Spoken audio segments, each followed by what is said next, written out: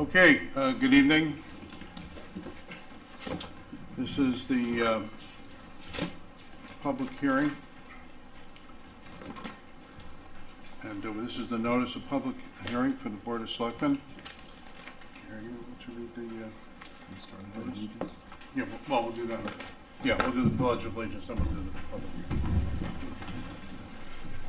hearing. Allegiance to the flag of the United States of America and to the republic for which it stands, one nation, under God, indivisible, with liberty and justice for all. Thank you. Okay, it's 7 o'clock or 7:02, and we're in the main meeting room. We have a notice of public hearing. Jason, would you be able to cite that Sure. for the record? Notice is hereby given of a public hearing to be held by the East Lyme Board of Selectmen at 7 o'clock on August 6, 2025, at the East Lyme Town Hall, 108 Pennsylvania Avenue, Niantic, Connecticut, to consider the following. 1. Ordinance establishing moratoria on new sewer connections over certain limits and on applications for allocations of wastewater treatment capacity. Copies of the full text of the proposed ordinance are on file for the public inspection at the office of the East Lyme Town Clerk, 108 Pennsylvania Avenue, Niantic, Connecticut, and at www.eltownhall.com, to which reference may be had. Interested persons are invited to attend and be heard. Dated at East Lyme, Connecticut, on this second day of July 2025, East Lyme Board of Selectmen. All right, thank you.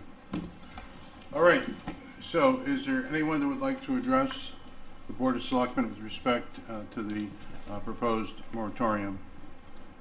Yes.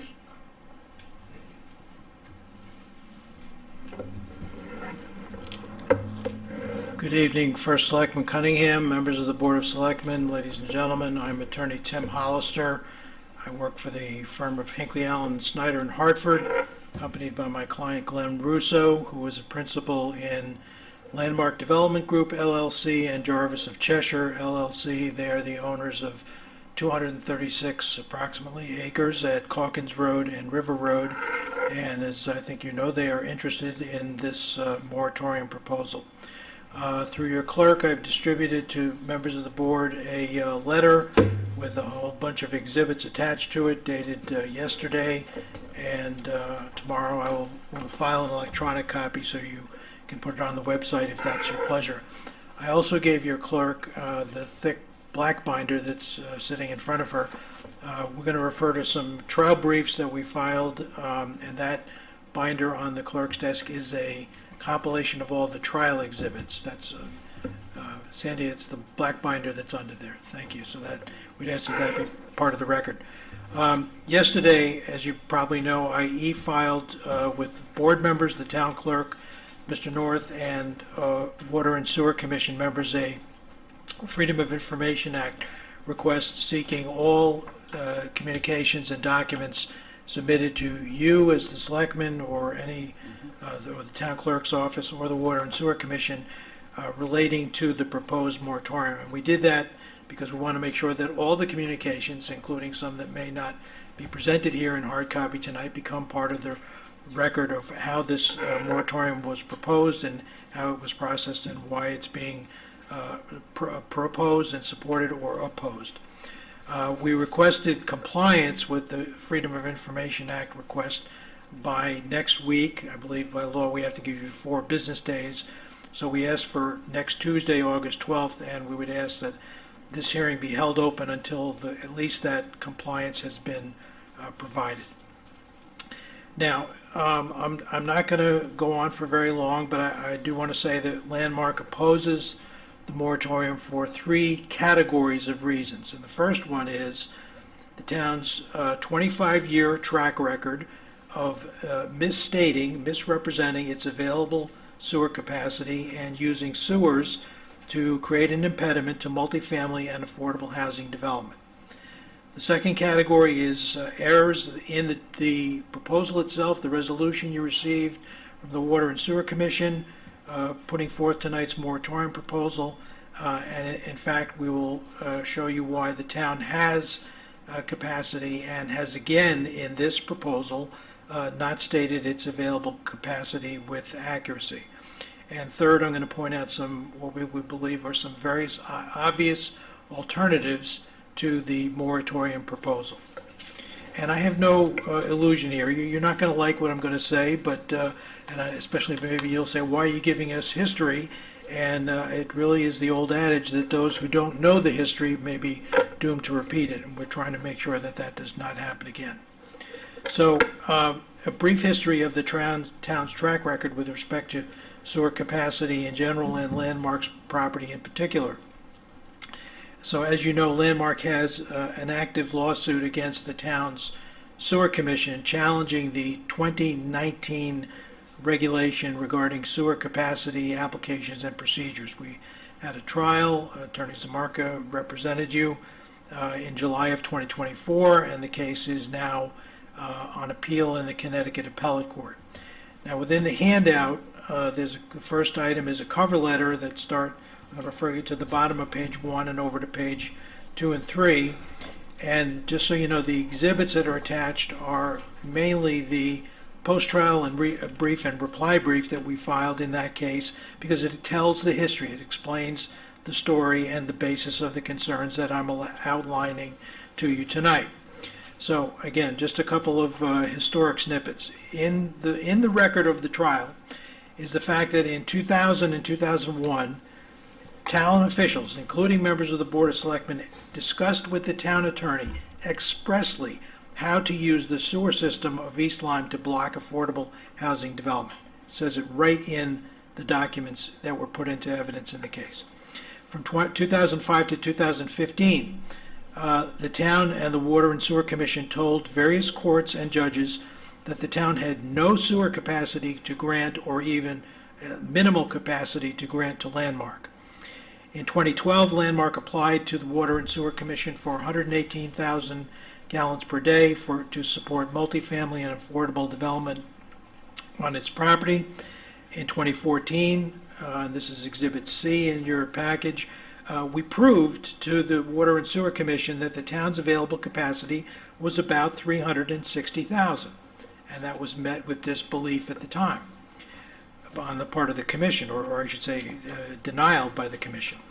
But in 2015, Landmark discovered that your then sewer administrator, Mr. Cargill, without any public notice, had allocated 166,000 gallons per day to the Gateway Luxury Apartment Complex nearby to Landmark, and when asked why he had done that, he said because the town had ample sewer capacity, quote unquote.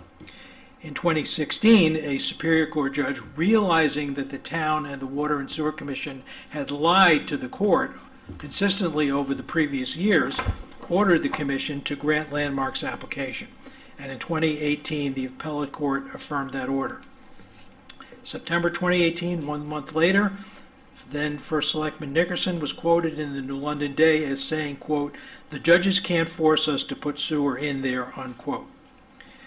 3 months later, December 2018, the Water and Sewer Commission, facing a potential contempt of court motion, granted Landmark's application, and that is the 118,000 gallons per day that is recognized in tonight's proposal as being exempt or grandfathered from the moratorium proposal. However, just to bring that part of the story to an end, also in December 2018, 1 day after being forced to grant Landmark's application, the Sewer Commission introduced what became its 2019 regulation, loaded with onerous, unnecessary procedures and impossible deadlines, very obvious retaliation for the court order to approve the application, and aimed again at preventing, this time, additional development with sewers on Landmark's property. In January of 2019, 1 month later, the 2019 regulation was adopted. And then in July of 2019, with these sewer capacity misrepresentations finally exposed in the court system, the Sewer Commission finally conceded what the town's available capacity was. And this is the last exhibit in the package I gave you, 380,000 gallons. So our estimate was actually 20,000 gallons lower. but higher than our 2014 estimate. So, again, in summary as to the history, we believe we have ample basis to say that the town has a long history of using sewers to block multifamily and affordable housing on landmarks property and perhaps elsewhere in the town, and that has included providing capacity claims known to be false to a Superior Court judge. And unfortunately, now moving on to the second category of reasons, we seem to be repeating history in this proceeding. There are misrepresentations, errors, and omissions in the proposed sewer moratorium. The first I would point out that by banning all sewer applications of more than 5,000 gallons per day, the obvious target is multifamily housing, and that is how affordable housing is generally developed, in multifamily apartments. But a very important caution for you to consider: in 2021, the state of Connecticut amended state law to make it clear that towns must provide for development of multifamily dwellings. And I've given you chapter and verse in pages 3 and 4 of the letter. So please bear in mind, first and foremost, that your proposal conflicts with state law.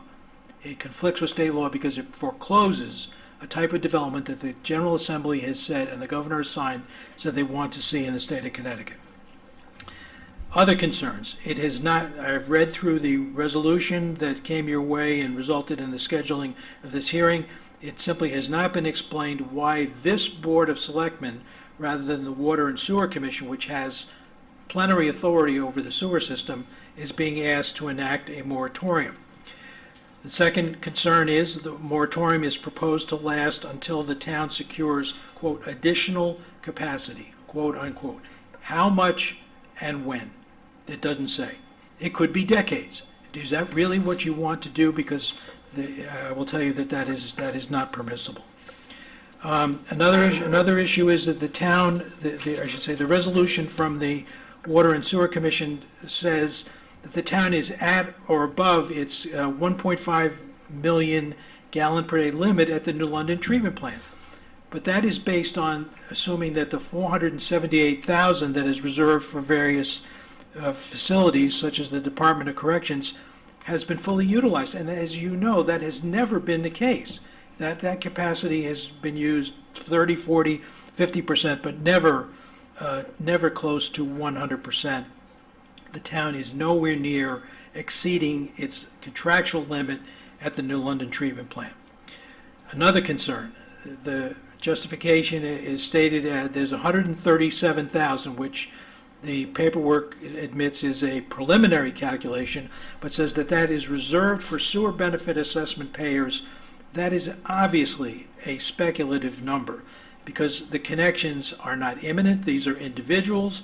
About half of that capacity is recognized in the paperwork as vacant or undeveloped property. So to pass a moratorium on the assumption that capacity is going to be snapped up in the very near future is just completely unsupported. These are fictitious numbers and fictitious timing.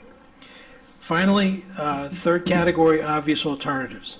As you may know or may not know, in 2012, the consulting firm AECOM, AECOM, did a study about how the New London treatment plant can increase its capacity. Nothing has been done with that study over the last 13 years. Just sitting there. It's obvious that some of the alternatives were expensive, some not so expensive. Why not work with the City of New London on expanding their capacity? Number two, the 478,000 gallons that I just mentioned has never been fully used. Why not restart, because there were efforts years ago, why not restart efforts to renegotiate that agreement and reallocate the unused capacity, which has just been sitting there. I believe that agreement goes back to 1990. Certainly you have a track record to say that 40 to 50% of that capacity will never be used by the parties who are involved in that agreement. And third, renegotiate the Tri-Town sewer agreement. Mr. Russo and I have been visitors here to this town hall on this matter for over 15 years now. We have been we've been sat in the rooms where the Tri-Town agreement, sewer agreement was talked about maybe 8, 9, 10 years ago. Restart those negotiations. Those are your obvious, easy alternatives much less draconian than instituting a sewer moratorium. So in summary, there is no data or public health justification for this moratorium proposal. It's illegal in several respects. It is aimed illegally at multifamily and affordable housing, and there are obvious alternatives. So we believe it should be rejected, and just so we're very clear with each other respectfully, if this moratorium is adopted, Landmark and perhaps others will be in court to challenge it very quickly. Thank you. Thank you, Attorney Hollister. Appreciate it. Does anyone else like to comment? Yes. Or-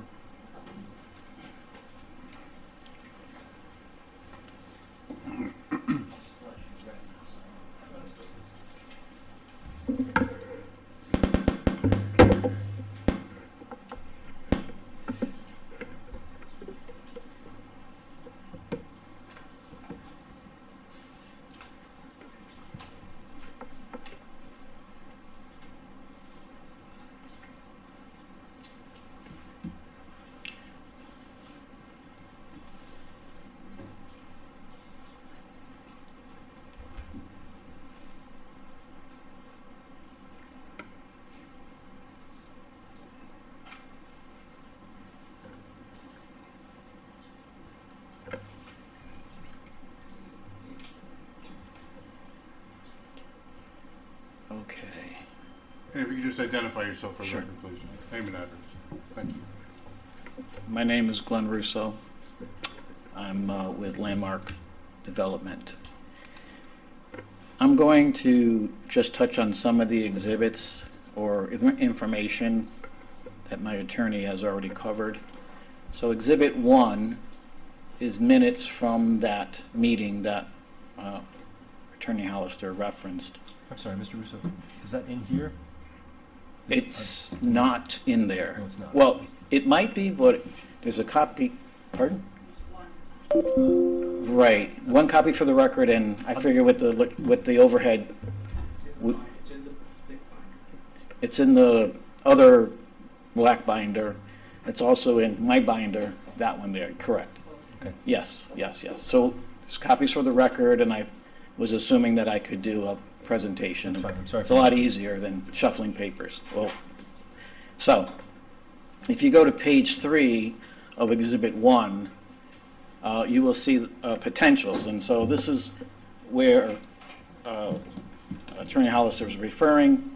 These are minutes from a meeting that was held between a number of the staff in East Lyme back in 2001 with the attorney, I think his name is Attorney Fuller, and they're looking at potentials, and they have big caps, as you can see, no availability for water and sewer. So they start out with that's their major potential to stop development of our affordable housing application.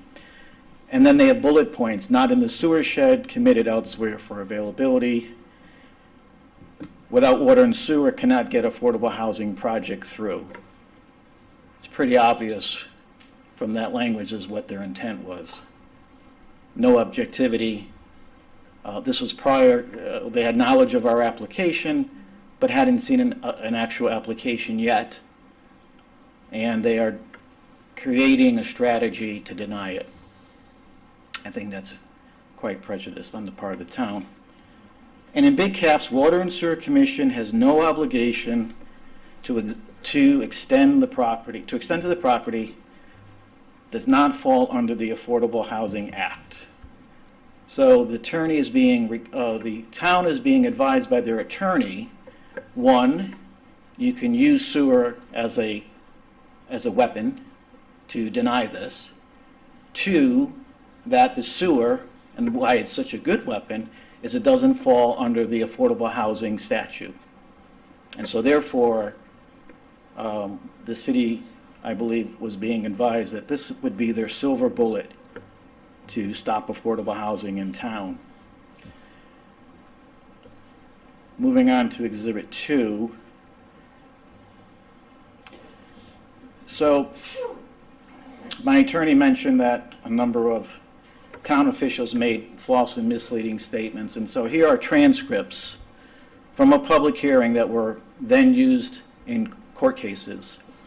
And at the time, it's Mr. Bolmer, I may mispronounce that, but he's going on, he says, let me quote to you some items from prior testimony.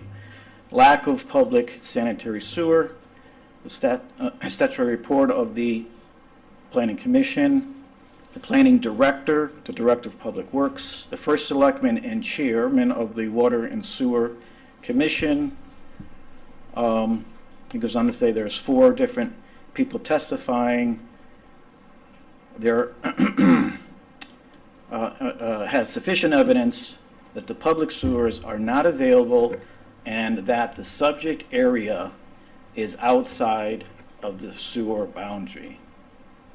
So, you go back up to first point in the bullet, not in the sewer shed. That testimony mimics the minutes, what I would call the strategy of the town. The problem with that strategy and that testimony was it was later found to be false in court. And that we did fall within the sewer shed. The DEEP had acknowledged that, and the courts acknowledged that. But that was a 2-year fight. So the town can say, we don't fall in the sewer shed, and everybody believes them, and the developer says we do. Virtually nobody believes the developer. 2 years later, the town was shown to be misleading, to be polite, both the public and the courts. And so the next exhibit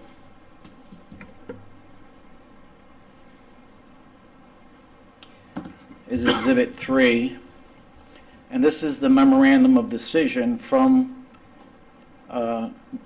Judge Cohen, I believe. And if you go down to the highlighted section, I don't have a mouse. I'm trying to do this with a tracking pad. Okay. In light of the supplemental evidence, the court concludes that there is at least 200,000 gallons per day, 358,000 gallons per day, less than 160,000 gallons that they gave away to Gateway when they told us there was no capacity whatsoever for the entire sewer system. And so after we had gone to court and the town misrepresented the facts, we discovered that the town had given 160,000 gallons out to a, let's say, more desirable development that didn't include any affordable housing units, luxury units, high income, substantial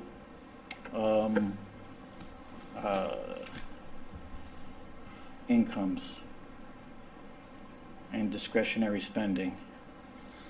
And so that is from the court itself. And so that, once again, I won't flip back, but the second point, maybe I will. So the second strategy point was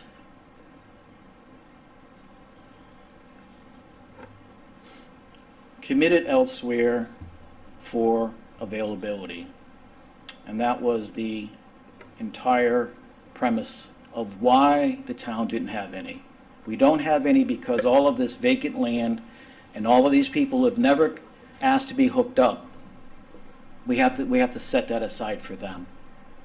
And the court found that to be not lawful.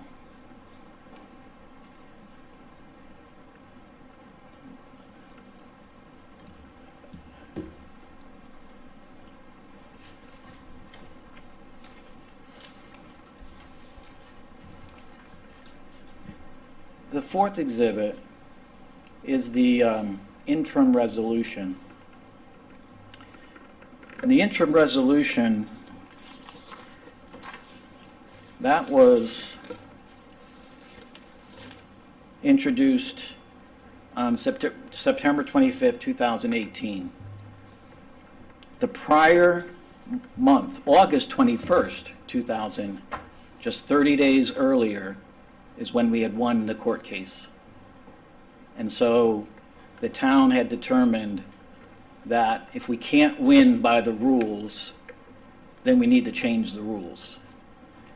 And they then proposed this interim report, which basically eliminates any possibility of getting sewer for affordable housing. And of course, going back to the overguiding principle or strategy of the town for 24 years is the second bullet point, which is without water and sewer, cannot get affordable housing projects through. That interim report was then followed up by a sewer regulation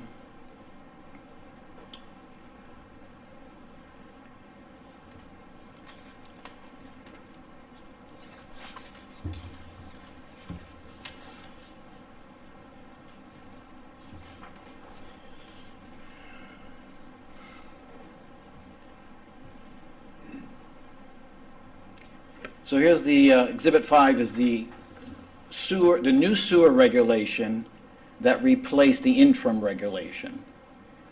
And that regulation is the regulation that we have filed an appeal of. If you read through those regulations, it has the 5,000 gallon limit for, if you're over 5,000 gallons, I believe, you have to have all types of onerous requirements. There are no guarantees. The time frame is, we could never, no development could meet the time frames in those regulations. They created a set of regulations that could not be complied with any development more than 100 units. And so once again, this ties into the next exhibit. So, and this is Exhibit 6, which is an article from the day quoting the then First Selectman and Chairman of the Sewer and Water Commission. It basically says, I'm sorry, that's the only copy I can find, and it's very hard to read. I'll just read the quote. Nickerson said he is confident in the town's appeal, which they lost. The commission should have the ability to oversee management of its water systems without court interference, he said. The judges cannot force us to put sewer there. So the town was rather upset that the courts were overlooking their authority. And of course, he was counting on, and the last point, which is Water and Sewer Commission has no obligation to extend to property does not fall under the affordable housing statute. And so the town is trying to, and has been trying to, and he said the quiet part out loud, that they're trying to get the silver bullet over in the Sewer Commission, control the approvals of affordable housing by the sewer because the sewer is exempt, and in the words of your ex-First Selectman, the courts have no business telling the town where sewer should and should not go. I can tell you that Judge Cohen was not too fond of that particular quote.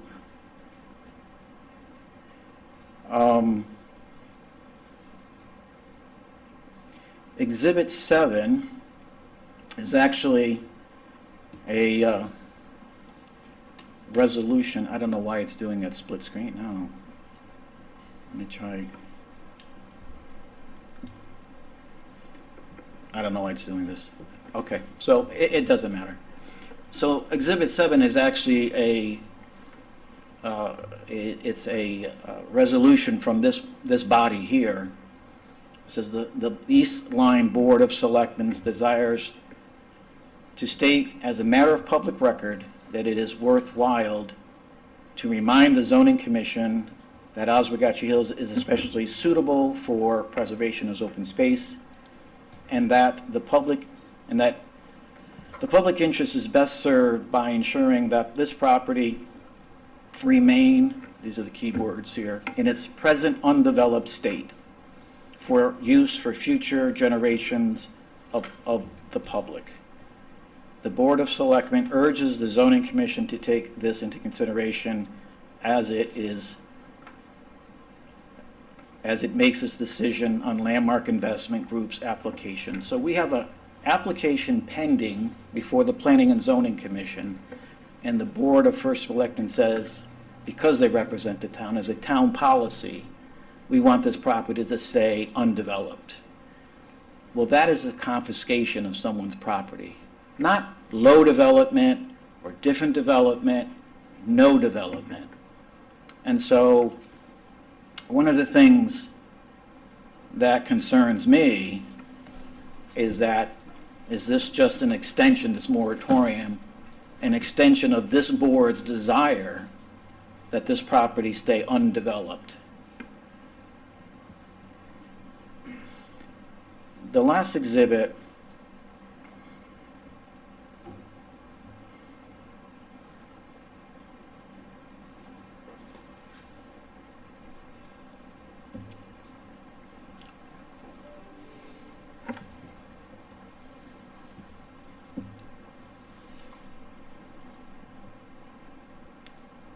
is that report.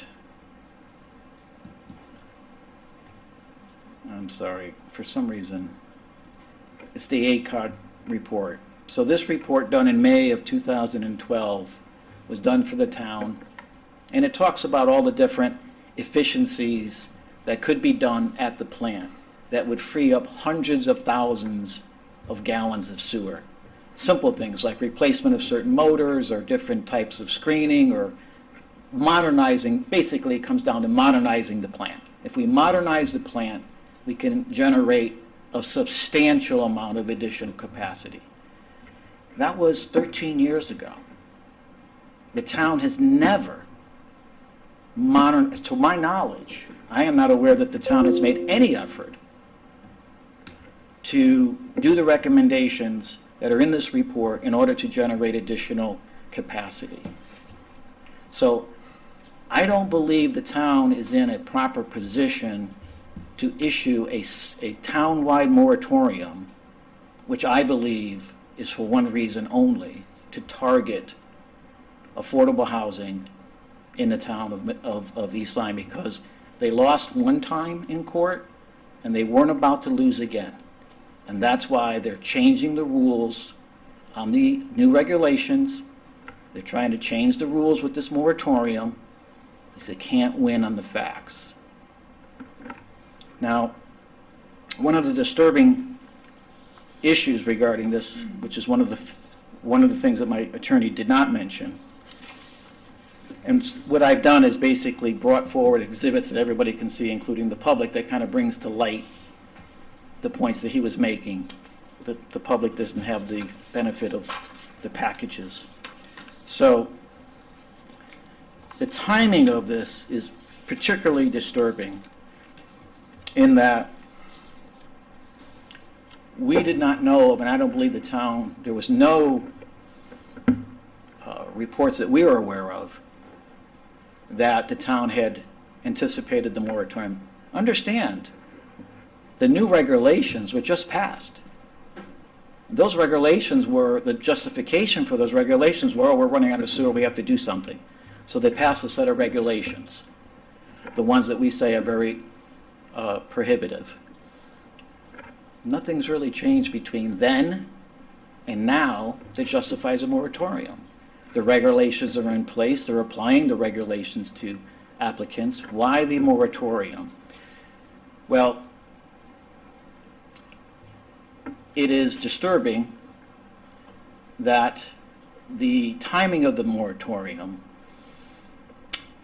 was within a very short period of the town discovering that the property is presently being marketed by a major commercial real estate broker, and that we have interest from national developers who are looking to take the development portions of the property where we already have sewer and move forward. From my understanding, within a week of the town discovering this, the moratorium was hatched. So we think that this is an attempt by the town to, and it wouldn't be the first time, to devalue the property, discourage development, and put as many obstacles as possible to deter affordable housing, something that we all know the state of Connecticut desperately needs. People cannot afford to live in the town that they were born and grew up in. Unless you're a doctor or a lawyer, you're not going to be living in East Lyme. I shouldn't say that. It's going to be very challenging. Now, my son is 30-something, and he's like, I don't see us buying a house. Not in Connecticut. He's thinking about moving to Florida. And there's a lot of people thinking the same way. This is an issue that the town is going to, not just this town, a lot of towns, and that's why the state passed that's why they passed the affordable housing. East Lyme, you know what the goal for affordable housing is in the city of East Lyme? 10%. That means 90% of your stock can be unaffordable, and you would be exempt from affordable housing. It's 10%. That's the hurdle. And you have not been making any progress since I started this process 25 years ago. You're almost at the same percentage you were 25 years ago. You're not making any progress. And the reason you're not making any progress is because, with respect, I don't think you want to have progress. So with that, ends my presentation. Thank you much. Thank you for listening. Thanks, thank you. How do I...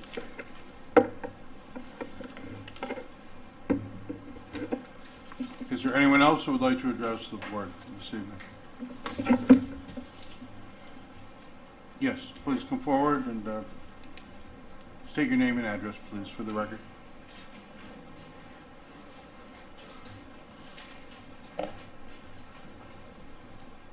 I'm Nancy Kalal, 80 Grassy Hill Road. I have not followed the details of this presentation. However, I believe a moratorium is valuable because that would give the town a chance to check all the sewer connections that are leaking into the sound. If you'll look at Jamie Vaudry, Dr. Jamie Vaudry from UConn, all of her studies and work point to leaking septic systems and leaking sewer hookups. So it would be really nice if we could figure that out so we stop polluting the sound. Thank you. Thank you. Anyone else who would like to approach the... Yes, Ben?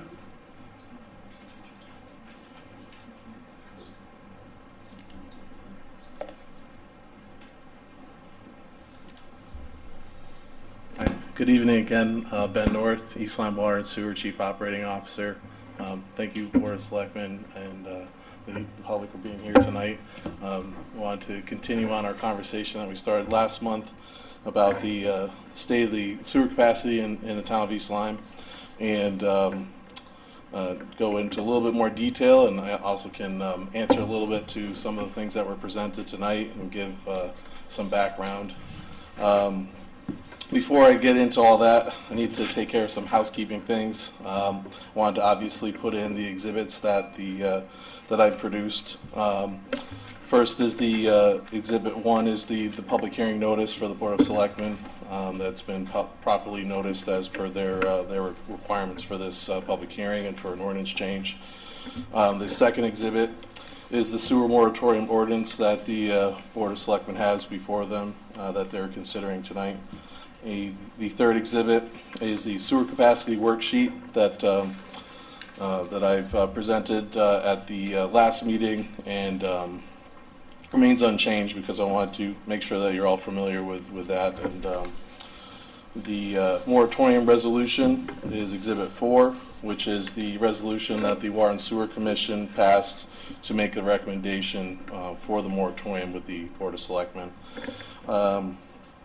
Finally, which I think has already been added to the record, but I'll add it again, is the application for determination of adequacy of sewer capacity pursuant to General Statutes Section 7-246A, parentheses A, parentheses 1, which is the regulation that the Water and Sewer Commission adopted in 2019.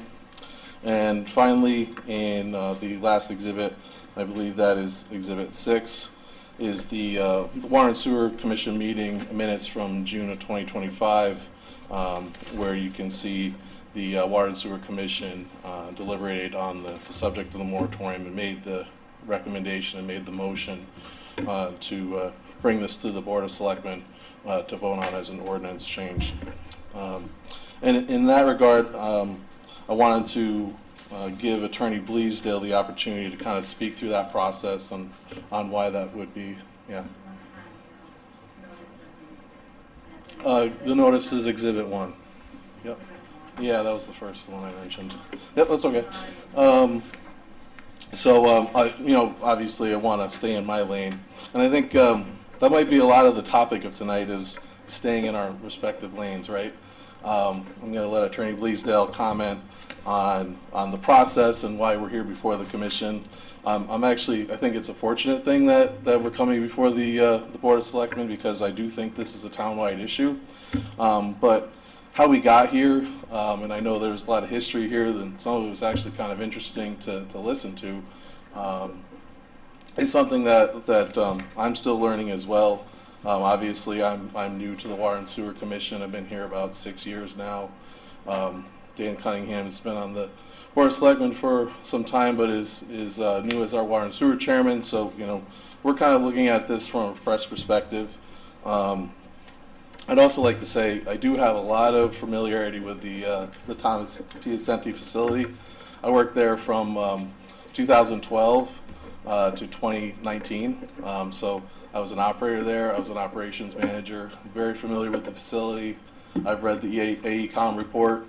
And just wanted to comment on that a little bit at first. So the AECOM report was triggered because the plant at the time had hit its 90 percentile capacity limitation, which means that the plant's rated for about 10 MGD, 10 million gallons a day, and the permit that the plant operates under requires that once the plant hits about 90% of its capacity for a 6-month period of time, it is required to undergo a capacity study to try to understand what the capacity limitations of the plant are, what things could be done to correct the situation, what the city could be doing to improve that, small things like Mr. Russo had mentioned.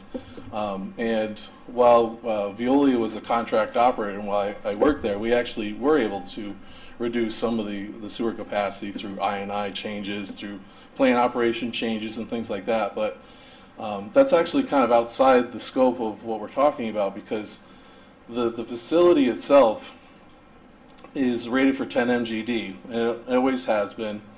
We actually did look at a way to increase the capacity of the facility back in 2016, I believe it was. We met with the DEP. There was some small changes that we could try to do that might give us a small amount of capacity increase, about 300,000 gallons. At the time, we thought that small increase would be about $1 million of work. So we didn't really pursue it that much further at the time. But I think it's something that the three communities want to look at now. And I would say that, I've been working with Waterford and I've been working with New London. And I think we are at the point now where all three communities are saying, hey, we need to decide what we're going to do with this plant.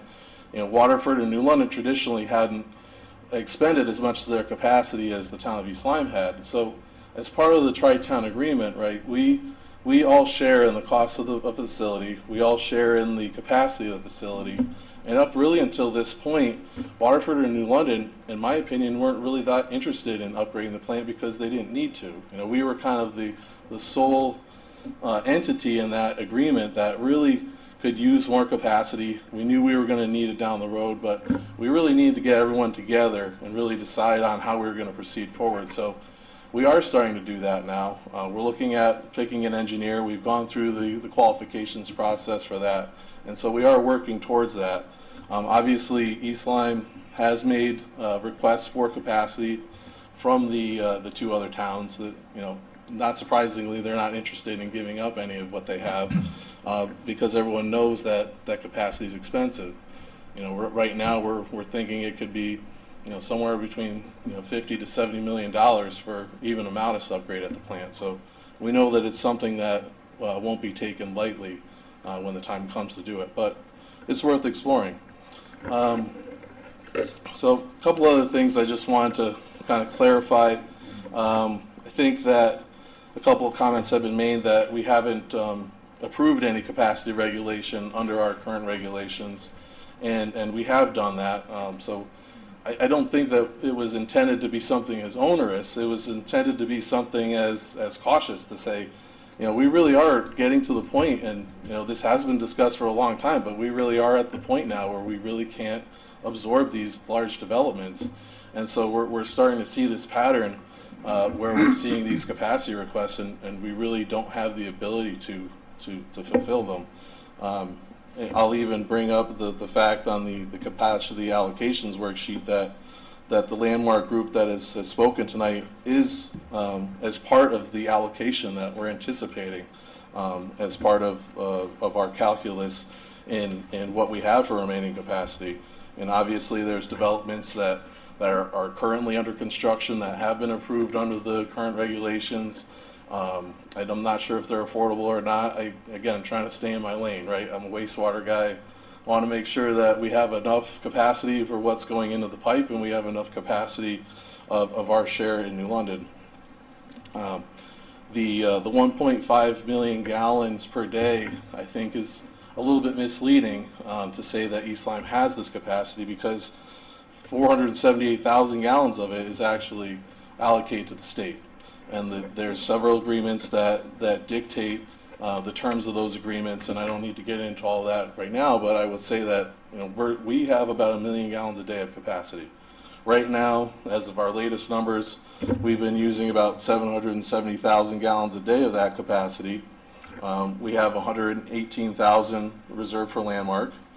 We have about 23,000 reserved for current developments that are under construction. And then we do have a section where in East Lyme we've assessed properties for sewers. It's on the land record. I actually was speaking to a gentleman earlier this week who said, "Hey, I'm trying to refi my house, and you've got the sewer assessment on, and I haven't tied in yet." And I said, "Well, that sewer assessment is there, so you have the ability to tie in, and that's why it's on your land record." So we're trying to make sure that we've fulfilled the obligations that we've already promised to homeowners that live in town before we start considering new applications for development. And so, with all these things kind of going on right now, we just think that it makes sense to do a pause, kind of look at the options that we have available, as we have been doing. But really we've exhausted those other options, and the only one I really see as viable is doing a major upgrade to the wastewater plant. And the wastewater plant, if anyone's familiar with the treatment process, it's not just water goes in and we filter it and we send it out. There's several steps to this process, and each one of them is going to need its own upgrade, unit process upgrade. New London actually has its own pumping station inside the facility that brings all the water from one side of the street over to the other side of the street. So the screening operation has to be increased. The clarifiers on the primary side and the secondary side, the aeration basins need to be expanded, and actually we need a whole other train of aeration basins, which the AECOM report pointed out. So it's not an easy answer, and I think that's how we've gotten here, is that there's just no simple fix here.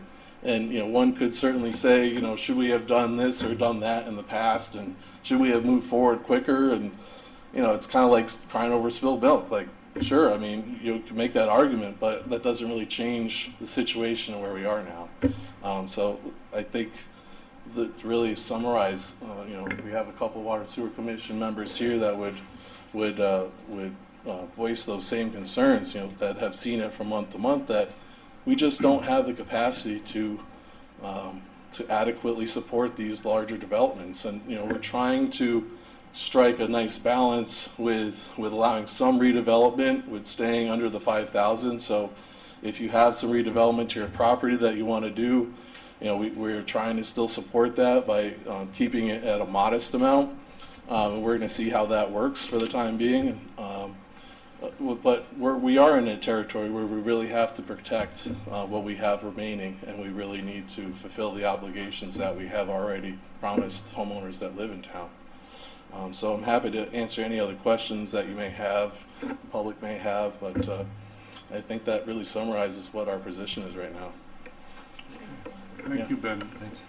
Anyone have questions?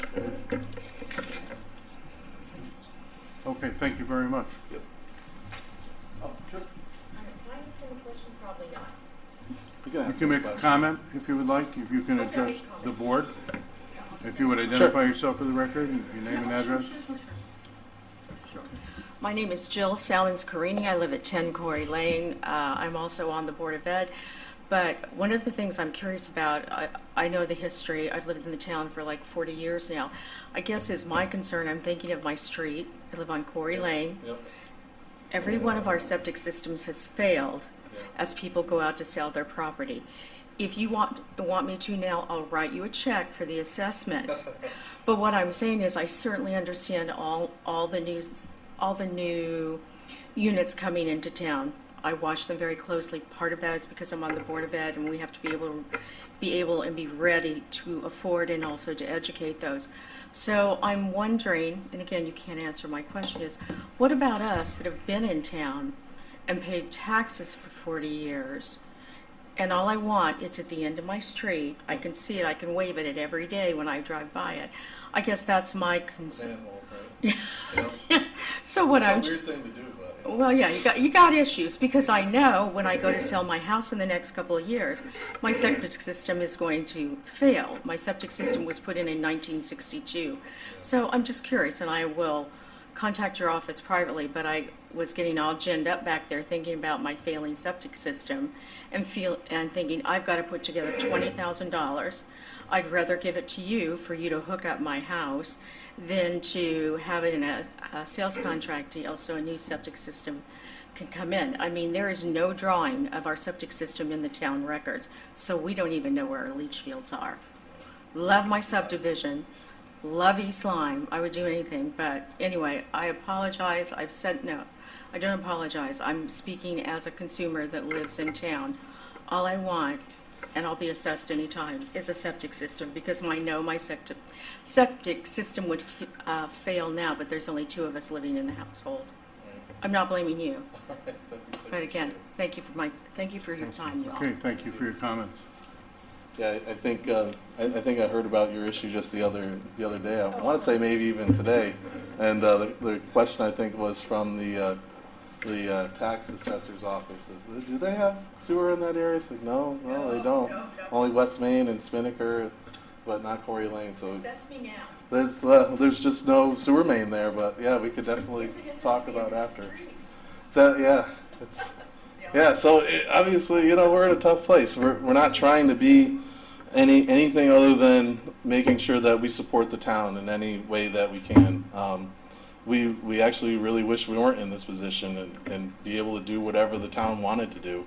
But unfortunately, that's where we are right now. Thank you, Ben. Yeah. Appreciate it. I believe we have someone else that wants to comment.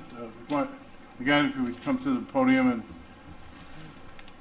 state your name again for the record. Nancy Kalal, 80 Grassy Hill. We are in the north end of town. We don't have water sewers, but we are extremely concerned about the water system that flows from the top of Grassy Hill down into the Sound. The town of Clinton has a really cool system put in place that I think the state made them do. No one can sell their house unless they can prove they've pumped their septic tank, and they have to pump every 3 years. They have certain approved pumpers who turn their card into the town, which gets attached to the town clerk's office, so that everybody knows that they've been pumping their septic system. And that has made a huge difference in the waters in Long Island Sound opposite Clinton. It works with a part-time employee. She works 19 hours a week. Sometimes she only works 6 hours a week, she says. But it's a computer program, works really quick and easy, and it's a system that would, I think, benefit our town. As Ms. Carini said, she doesn't even know where her septic tank is. And that's really, I mean, how many properties are there in town like that? Probably half. So I think a septic system, a way of keeping track of all of this might help with our pollution problem and with all of the septic people that want to have a system but don't. I mean, just because Mr. Russo wants it doesn't mean the rest of us can't have it. And I know I'll never see septic or sewers up in my end of the world. And I'm okay with it. Thank you. All right, do we have a, yes, for our attorney, Tim Blaisdell? Good evening. My name is Tim Bleasdale. I'm from the Town Attorney's Office, Waller, Smith & Palmer.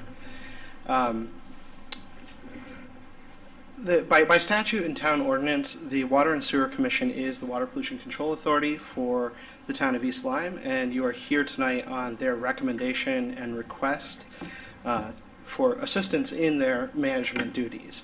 They're asking for this moratorium to be put in place to give them, I think as Ben put it, a little bit of a breathing room to tackle the dwindling capacity and try to obtain more. As a part of their responsibilities under the statutes and the ordinances, they're responsible for the management, care, and operation of the sewer system, which includes monitoring the town's consumption of the available capacity at the New London facility. And you've heard from Ben tonight about the data that he's gathered on it, and he tracks that month to month and keeps the commission informed on that. And based on the information that he provided to the Water and Sewer Commission, they passed a resolution asking the board to adopt this moratorium.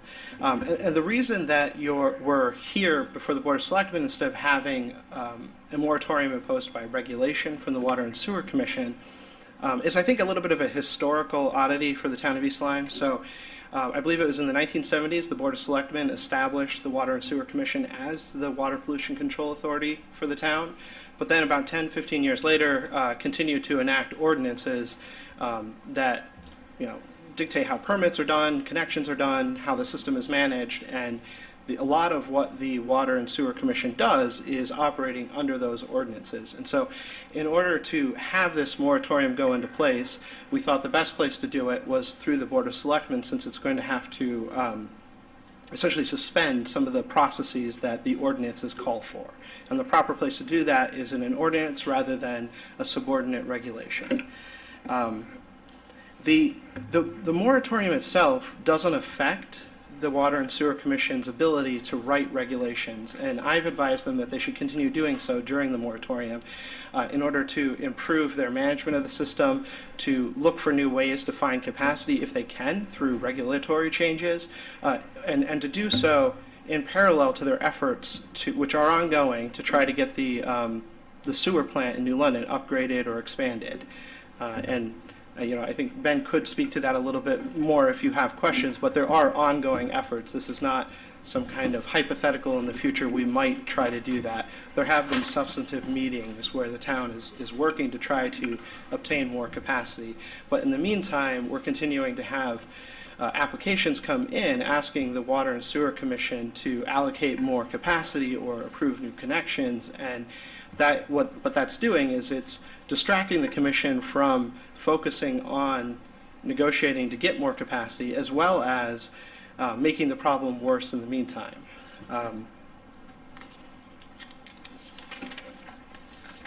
Now, in a very general way, the legal requirements for imposing a moratorium here for you are that it needs to be enacted for a proper purpose, and here this is very closely tied to the management of the system, making sure that we're not exceeding the capacity that's been allocated and is available to us.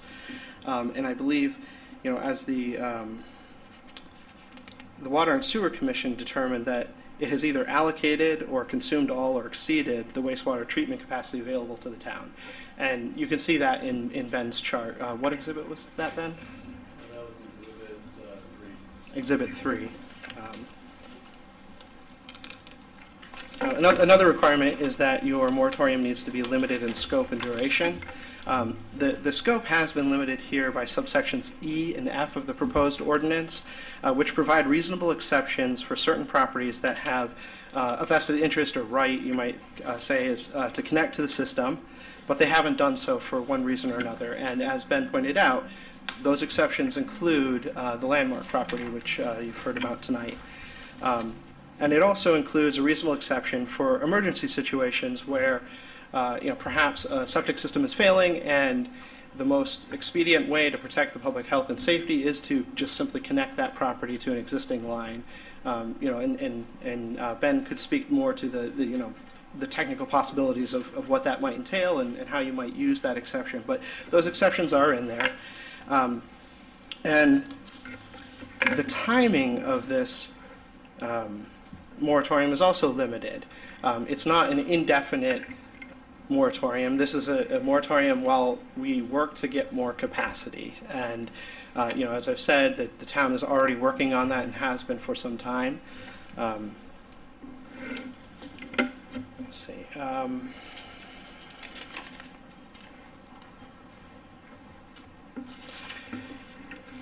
Now, you've also heard a lot tonight about different types of land development in town, concerns about water quality in the sound. And while those all may be valid concerns, what I think the focus of the board here tonight needs to be is on the sewer capacity available to the town. Have we allocated it all? Have we consumed it all? Are we over our limit? And I think the best evidence on that is to look at the chart that Ben has prepared. I trust his numbers, and I don't think the board has been given a reason not to trust his numbers tonight. There's certainly been a lot of innuendo attacking the honesty, integrity of the Water and Sewer Commission as well as its professional staff, and I don't think that is called for or that this board has been given a reason to doubt any of the data that's been provided to them. And I'm happy to take any questions the board may have. I have a few. I'm curious about numbers. In the language of the ordinance as it is established, Part B says the duration of this moratorium shall be temporary. But speaking to Attorney Hollister's remarks earlier, what does that mean? Temporary, on like a geological scale, is pretty long. So, is the commission in a position to say we would like to establish a moratorium for said number of months? Also, when it comes to specific targeted plan for this, that's also kind of vague in my understanding right now. It sounds like the plan is to negotiate and look at upgrades. Is this correct, what I'm saying? So I'll have to defer to Ben on most of that, but before letting him come up here, I'll just say that this board could add a specific date or a number of years that you wanted it to go to. The reason it's been written the way it is that the problem that we're addressing is a lack of capacity, and so if you put a 1-year time limit on it, most likely the plan, I would expect, is not going to be upgraded in 1 year. It's going to be a multi-year process, and the town of East Lyme does not control that plant.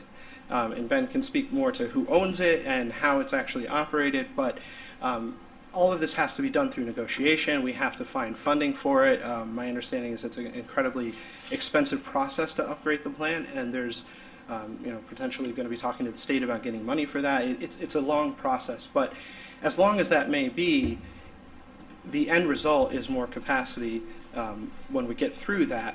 Until we get through that, it doesn't seem likely that we're going to have an identifiable date that we can say 2 years from now we'll have enough capacity to start taking applications for now. In the meantime, because we know that's going to take a long time, the town will be working to try to find other ways to open up capacity. There's as we've heard, the state holds a lot of capacity. We can't take that from them, but that is something that we could try to negotiate. Again, something we don't control, but we can try, and we're going to be trying to do all of these things, in parallel. While because the plant may take a long time to upgrade, and I'll turn it over to Ben to try to answer that a little bit more. Yeah, I could certainly speak more of that, and Attorney Bleasdale is certainly correct in that it is quite a lengthy process to upgrade a facility like the New London plant.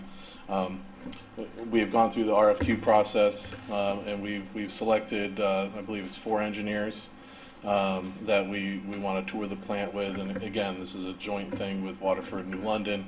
So we want to hammer out a scope of exactly what we're looking for, which does include a modest upgrade to the plant, kind of a Band-Aid, so to speak, a stopgap measure, and then a longer-term upgrade where we would get a substantial increase to the plant's capacity.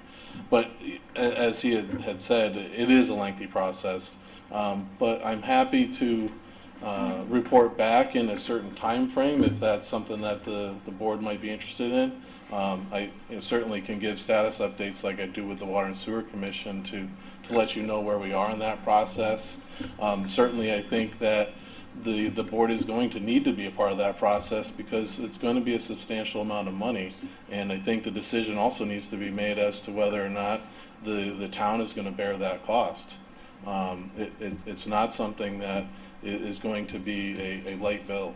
But in a little bit of I actually wanted to comment a little bit on some of the comments you made last meeting.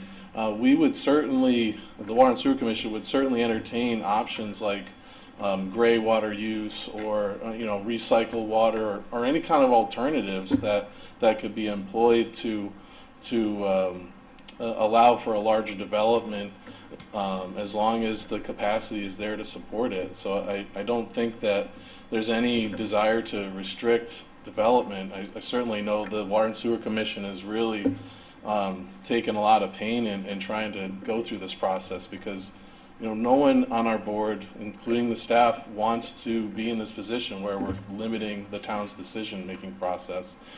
We want to be able to support the town and the utility needs that it has, right?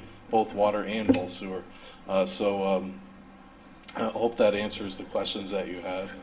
My initial question was why the vagueness in the Oh. ordinance, and it sounds like it's going to take a long time and it's Yeah. multifaceted. And I Yeah. don't want to put words in either of your mouth, but it was delivered to accommodate for that. Yeah, exactly. To my knowledge, if I were the state of Connecticut, I wouldn't want to give back any capacity either. I mean, that capacity was cheap back then.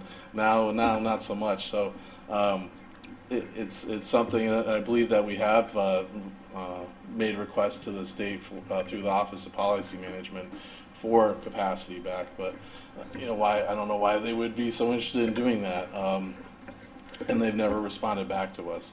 So. And certainly Waterford and New London don't want to give us back with capacity, give us any capacity, and they've already expressed that. I mean, and it's not out of lack of goodwill. I mean, just like we are looking for more capacity, they're looking for more capacity. It's a finite resource, and it's real expensive. I've always liked to say the adage: it's hard to make dirty water clean than make clean water cleaner. May I put my question back to Attorney Bleasdale? So we have this ordinance before us. My understanding is that, after what Mr. North just said, coming back in a reasonable time frame would be an appropriate path forward. Is it possible to amend this ordinance to reflect what state courts have permitted, which I believe is roughly a 7-month moratorium on any specific task or reason for using the moratorium, and then come back in 7 months, reassess, and then, if it is appropriate, reapply a 7-month moratorium going forward to allow this thing to happen, but also give us measurable numbers, timelines, people who are accountable for reporting. Is that sort of thing something we could achieve this evening? Well, I could just promise to come back. no, I think if the board would like to insert some kind of timeline like that to revisit every certain number of months, you're certainly not locked into 7 months, and there are examples of longer moratoriums than that, in other contexts as well.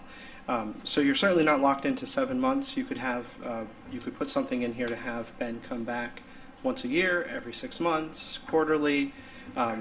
It's up to this board to write the ordinance or make amendments to it, changes to it, to satisfy the board that it is what it wants to enact.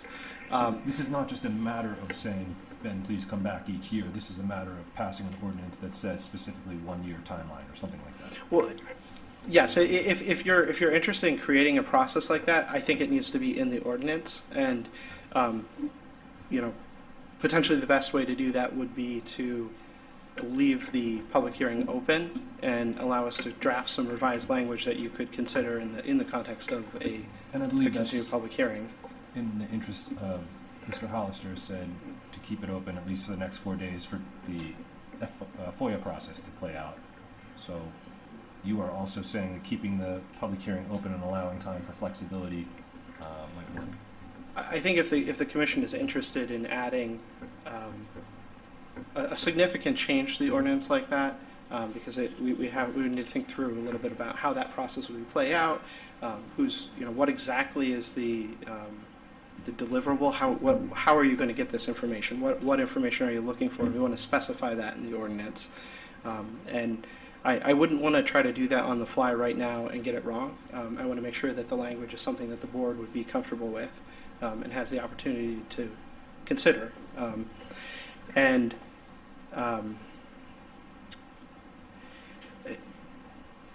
as far as keeping the record open for, as requested, being able to put in the information gained from an FOI request, that is also the board's prerogative to do that if you wish to do so.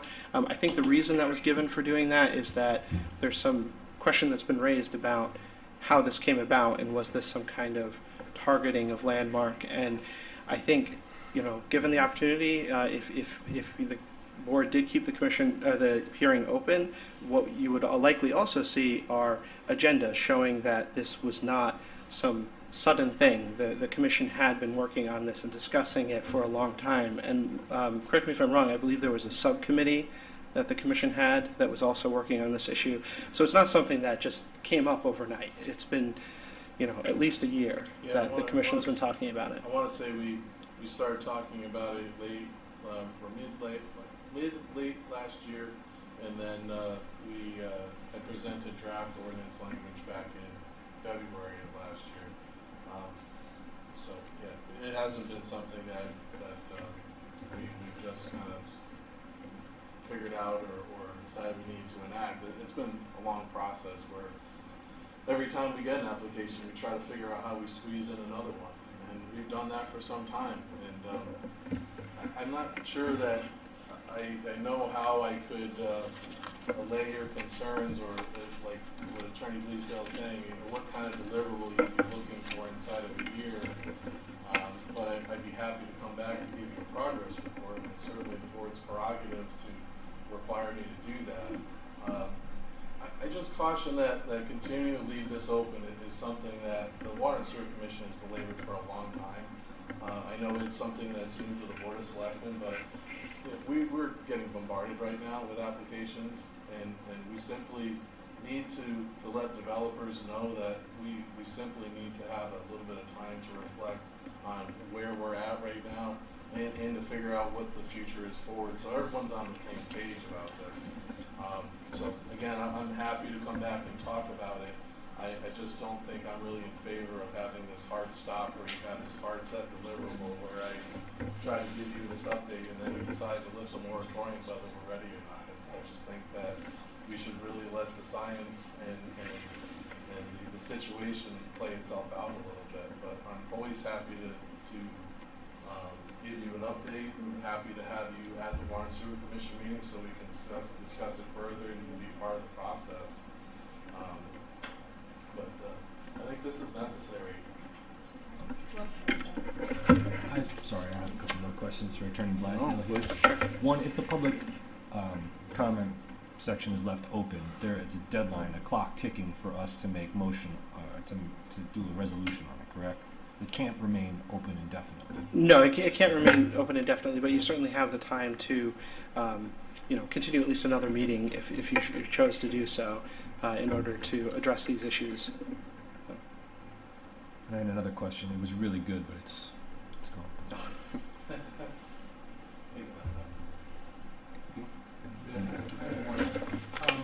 I'm still struggling with capacity percentages. Yep. Meaning that if we have no money, yet we have the demand, Mm-hmm. and I think the percentages were we have 16% of workers at 35 or something like that. Yeah, yep. Let's say, for example, Waterford has a project, and they want to increase capacity. Can they put the onus on that too, to increase capacity? And then secondly, will it become a sewer grab? You're not ready to go, well, I'm going to take it. Yeah, no, the Tri-Town agreement is pretty clear on how the allocations work, and that kind of speaks volumes to how we got here. And what I kind of alluded to earlier on is that all three towns need to decide to do a capacity upgrade. There's no language or consideration given to one town deciding to go it alone and upgrade the plant and keep the capacity for itself or something like that. And I think that might be what you're thinking about. But yeah, no, that's even before I took this job here in East Lyme, I was like, we looked at the Tri-Town agreement, and I was already familiar with it, obviously.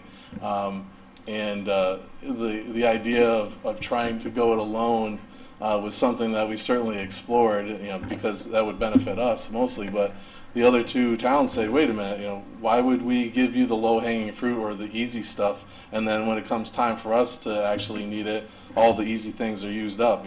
We're in this together. We're partners together. We have these allocations that have been established for 35 years, and we need to move in lockstep when we want to do these things. I remember my question. For Attorney Blaisdell, you mentioned that there are moratoria that have exceeded 7 months, obviously. My understanding as a layperson who lives in East Lyme, teacher, able to live comfortably, my understanding is a moratorium can be set for 10, 15, 20 years, but when it comes before a judge, if it doesn't pass muster, it can be reduced or thrown away entirely. Are you referencing moratoria that perhaps never came before a judge, or you just that came before a judge and was said this is appropriate use of this?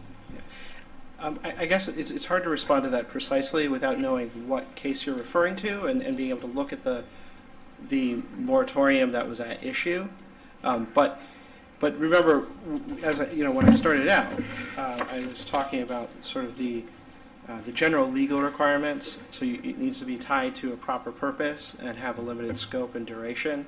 I think that under the circumstances and the topic that this is trying to address, the ordinance that's been proposed meets those.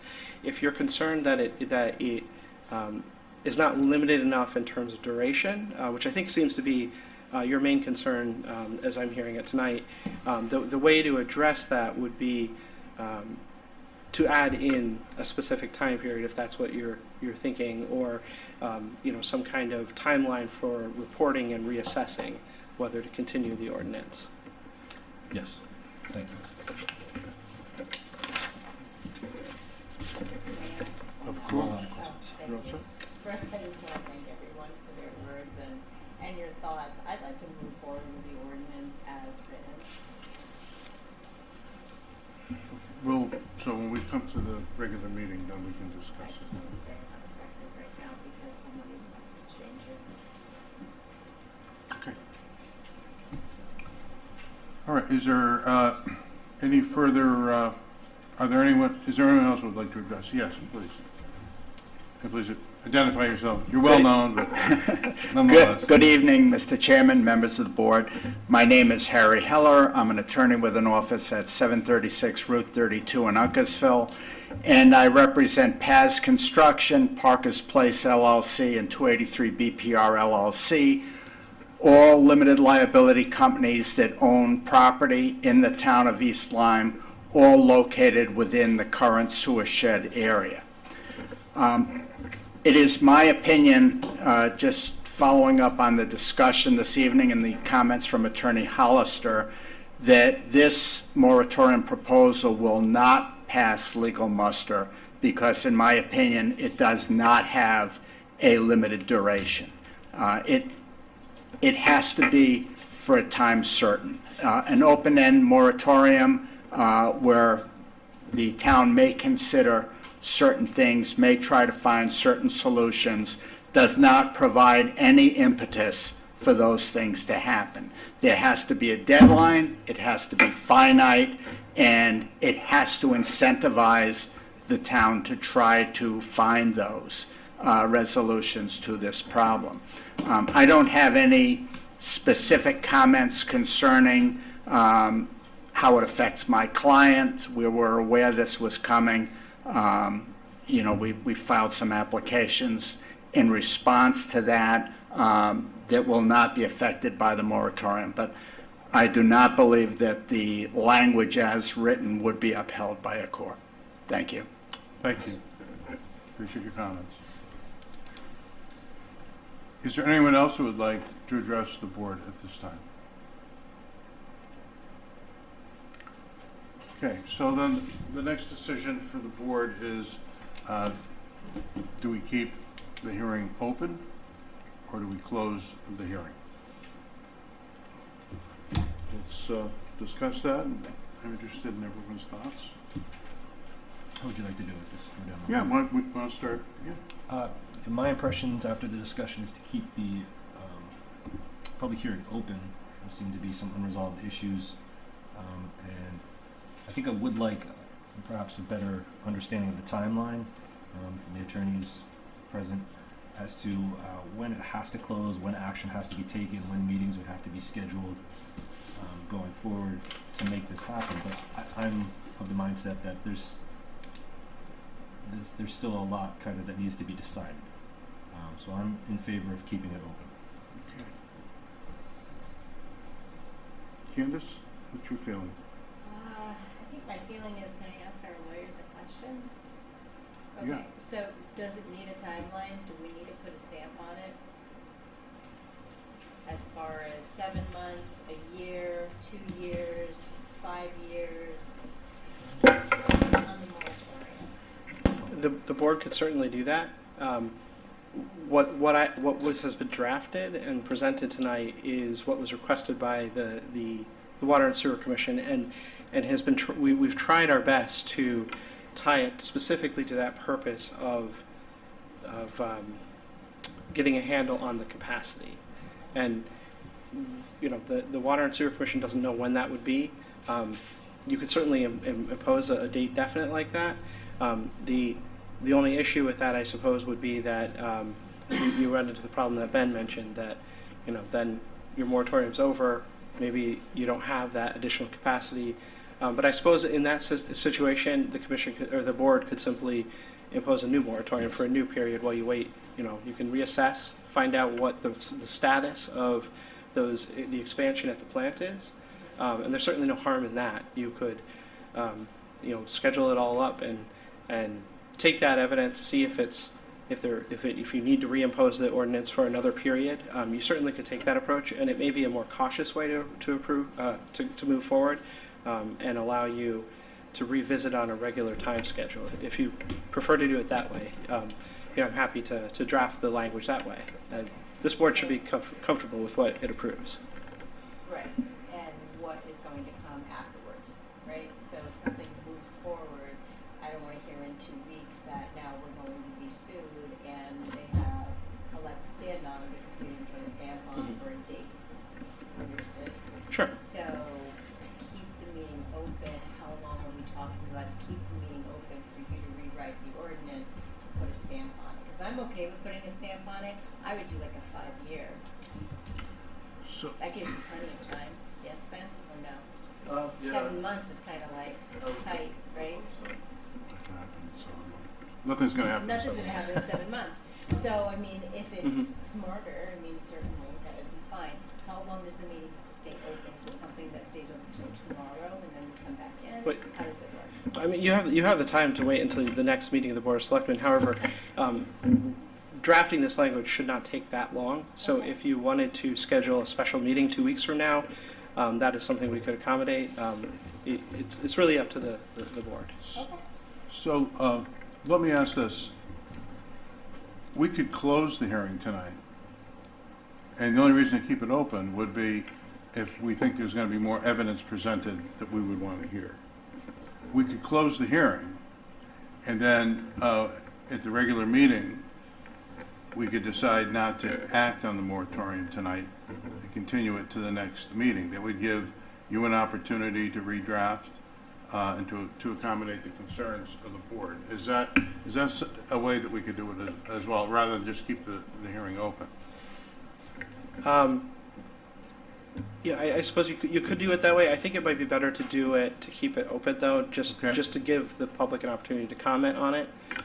For right now, we're discussing, Gotcha. but we don't have the language in front of us, and so there's an awful lot of folks here who might want Right. to comment on that. And once you close the public hearing, you can no longer take comments from the All public. right, so would it be fair to keep it open and do a special meeting tomorrow, which gives you time to rewrite the ordinance to meet the need? Well, I think tomorrow's too quick to have a special. Yeah, I mean, Attorney Bleasdale has to. 30 days or something? Is the 31 days? There's a timeline. I think if you're interested in doing it before your next meeting, a week or two ought to be plenty of time.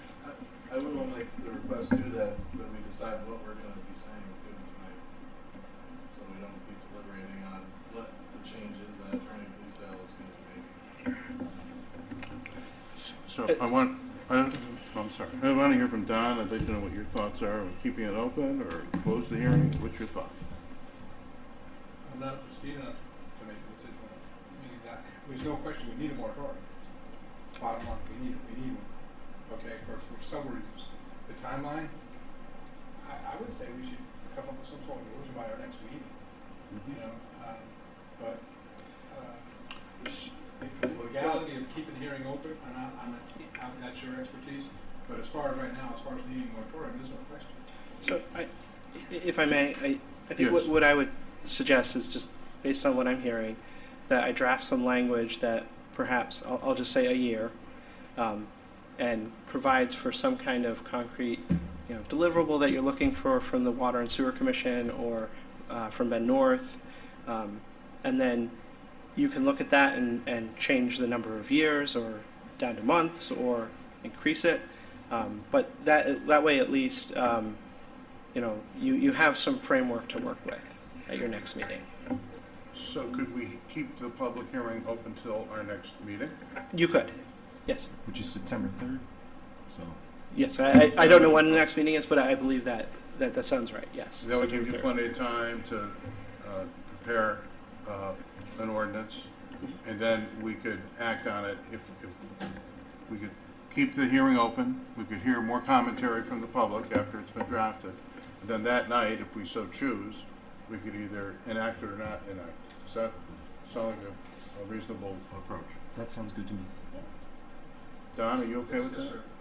Then I would entertain a motion to keep the public hearing open and to adjourn for this evening. And just keep it open to your next meeting. You're To your next continuing meeting. to your next We'll regularly continue, scheduled we'll meeting. keep the public hearing open till our next Board of Selectmen meeting, and we would adjourn the reception of evidence for this evening. You want, no, tell me, advise me. Two separate. The first motion I made to keep the public hearing open to September 3rd, Board of Selectmen meeting. Okay. I'd like to make a motion that we keep the public hearing open until September 3rd's Board of Selectmen meeting. Second. We have a second. Any further discussion on the matter? Not all in favor signify by saying aye. Aye. Aye. Any opposed? We have 2 members absent, so it carries. We have a quorum? Okay. Here, now you may adjourn. And now, well, yes, we'll adjourn. And do I hear a motion to adjourn the public hearing? Second, do I hear a second? I second. All right. Any discussion? If not, all in favor signify by saying aye. Aye. Any opposed? Motion carries. Thank you. Yeah, thank you. Okay. Does anyone need a break, or should we move? All right. All right, good evening. It is, let's see, 7, oh, I'm sorry, my apologies. It's 8:33? Or no, 8:32. And we're on the record.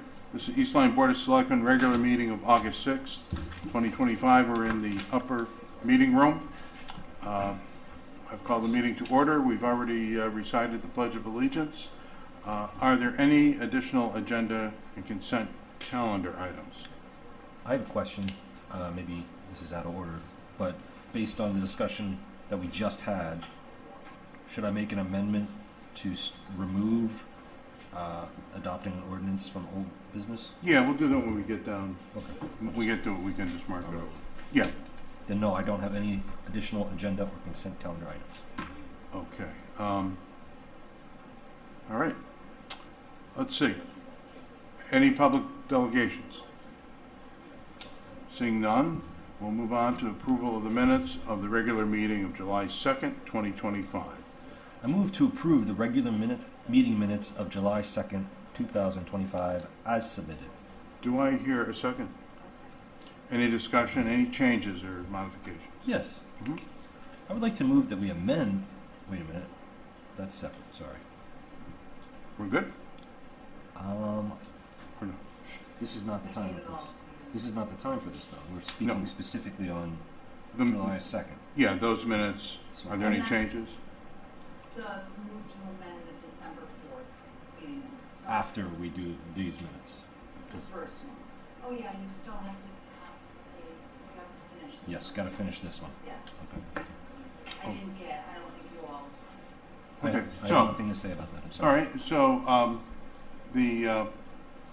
the regular meeting of July 2nd, 2025, no changes, understand? So all in favor of approving the minutes signify by saying aye. Aye. Any opposed? Being none, motion carries. Next is the consent calendar. Do you actually, I'm sorry, Dan. What? There is actually, you need to make an amendment. Alex sent over an email and asked us to amend the December 4th. but it is not on the agenda. It's okay. We can still approve minutes, or you can add it if that makes you feel better, but it needs to get done. So there's just a typo in December 4th, 2024, and I think I could write it to all the minutes, yes. You all have minutes from December 23rd. So Alex is saying in motion number 3, however it's worded in the 2024 minutes, there's something that is the Eversource wanted clarified. So he said, please amend the motion to read. So, Right. motion number 3, if you look at the minutes, it's not very late, so I just come. All right, so are we talking about the July 2nd, 2025 minutes? No, you've already No. done with that. So Sandy has asked us to reconsider part of the December 4th, 2024 meeting minutes because they just installed these things over here and there's some questions that need to be resolved.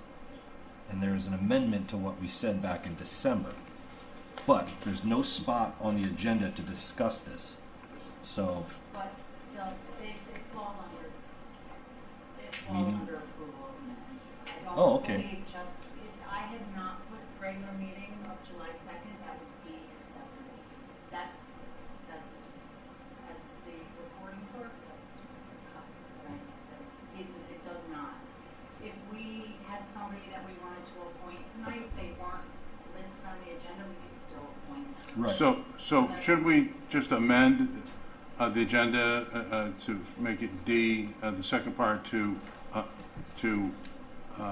amend the minutes of December 2nd? But a second item under D, you could. Can we do that even though we just bypassed 1B, which is a call for additional agenda items?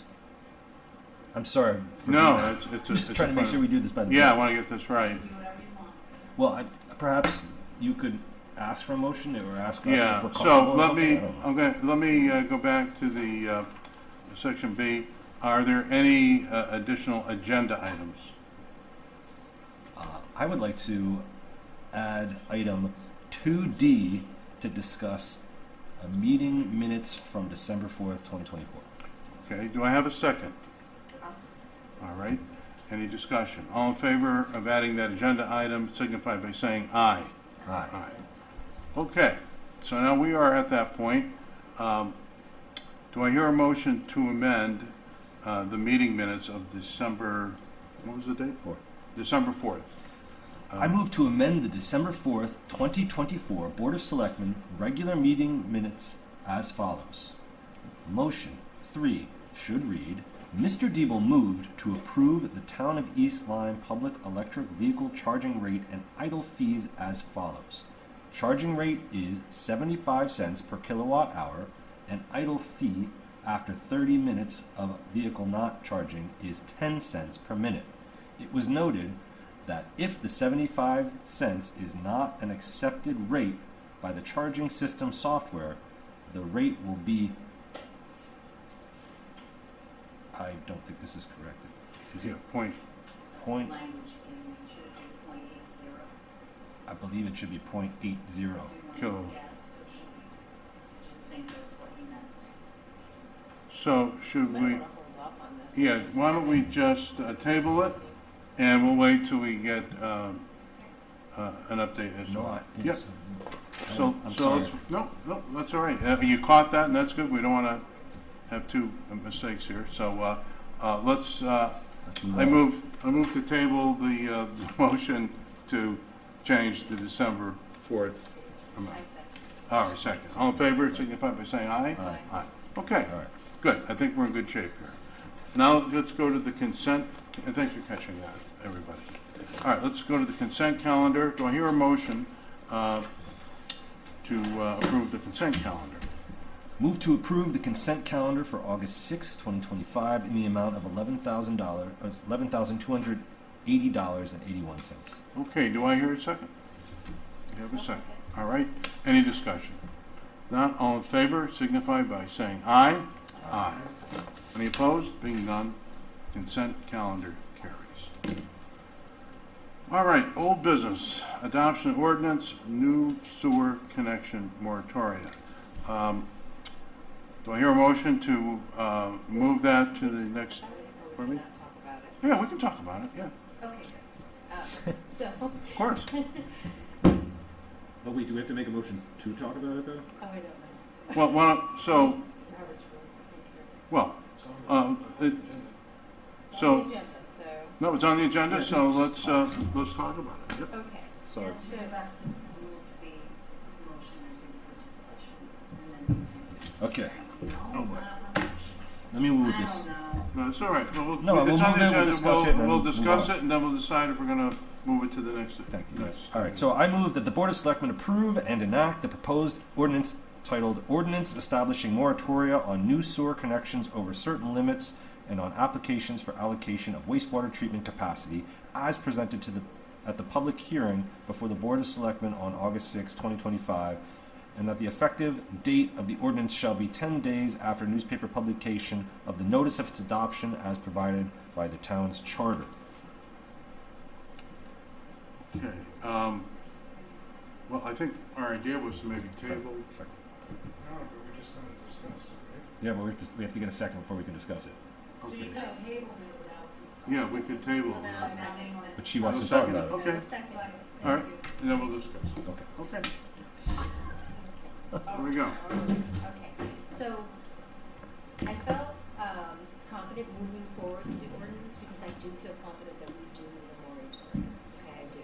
I think that we need a pause. I think that there is a tremendous amount of when you start talking about the legal concept of it, and then I got nervous about the fact that I think we're going to be sued either way, to be honest with you, but I don't want to move forward with something that doesn't have the right verbiage on it, and then have it that we've done something wrong. So I hear, putting some sort of timeline on it.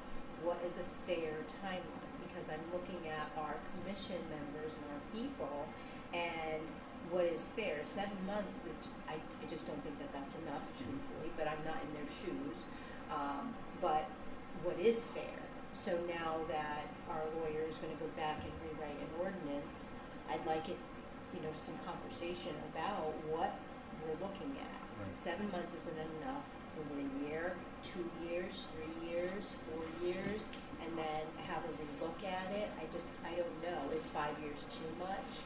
So, I'd like to kind of have that conversation before they go and they write something. That way we're not sitting here again at a meeting Right. going back and forth. I want to be confident and help the people that are trying to do a very good job here in town. Right.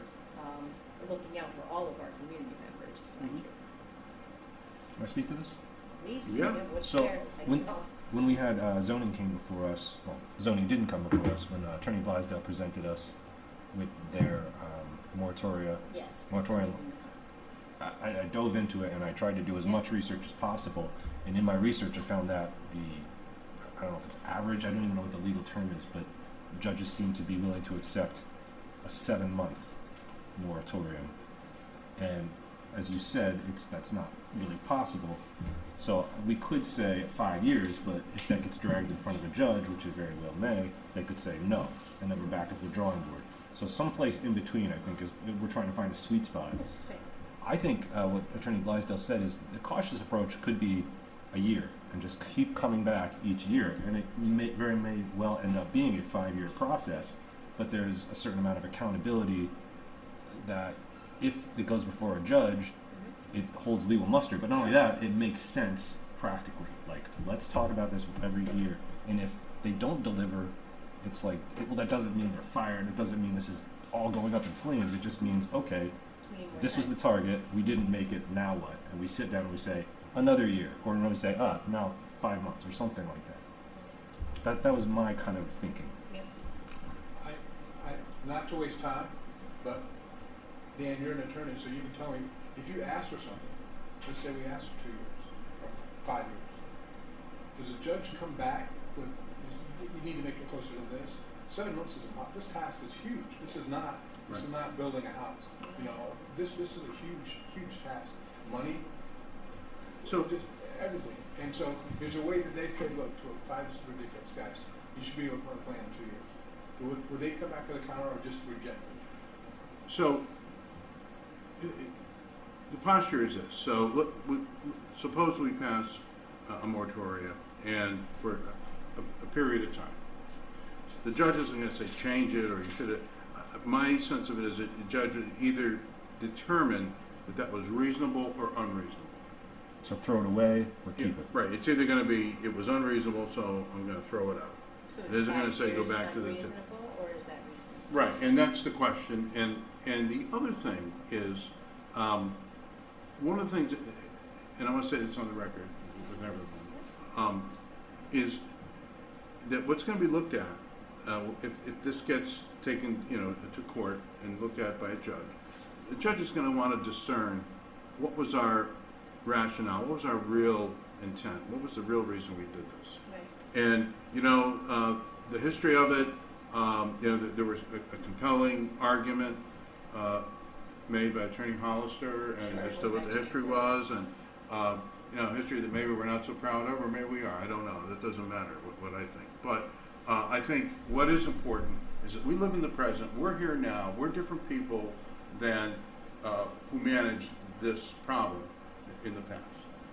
And what is important is what do we really think? What's our motivation? And is our motivation, under the table to try to inhibit affordable housing? Or is that incidental to our task? And our real task is to figure out, we're running out of sewer capacity. What are we going to do about it? Are we just going to ignore the elephant in the room and just exceed the limits? I mean, myself personally, I'm really concerned about that problem. We need to do the right thing. I believe we need to explore alternatives and methods to expand capacity. I'll say in the record, they've already been engaged in conversations with New London. We've had some success with that. And that's, that needs to be, I think, what we need to try to do. But in the short term, I think we need to put the brakes on using up the rest of our capacity temporarily. To their question, What's though, fair on what's, And it's not even a question of fairness. I think it's a question of what is a reasonable time frame to really get something started. Maybe 2 years, and then we come back in 2 years. Maybe it's a year. I don't know. But whatever the time frame is, a point that was made was that it has to hold our feet to the fire a little bit, so we do something. Start the process. And I think if we're doing that and we can show progress, then a judge will accept that our motivation, at least our stated motivation, is genuine and not a subterfuge for some other nefarious goal that we're trying to do. Well, That's my I'd like thought. it to stay either 3 or 5 years in the ordinance that way. I mean, I think that's fair. 7 months isn't long enough. It I don't is. even think a year is long enough. 2 years, I'm really not feeling either. I think but- 3 years is a reasonable, and then we can I'm fair revisit with it in that. 3 years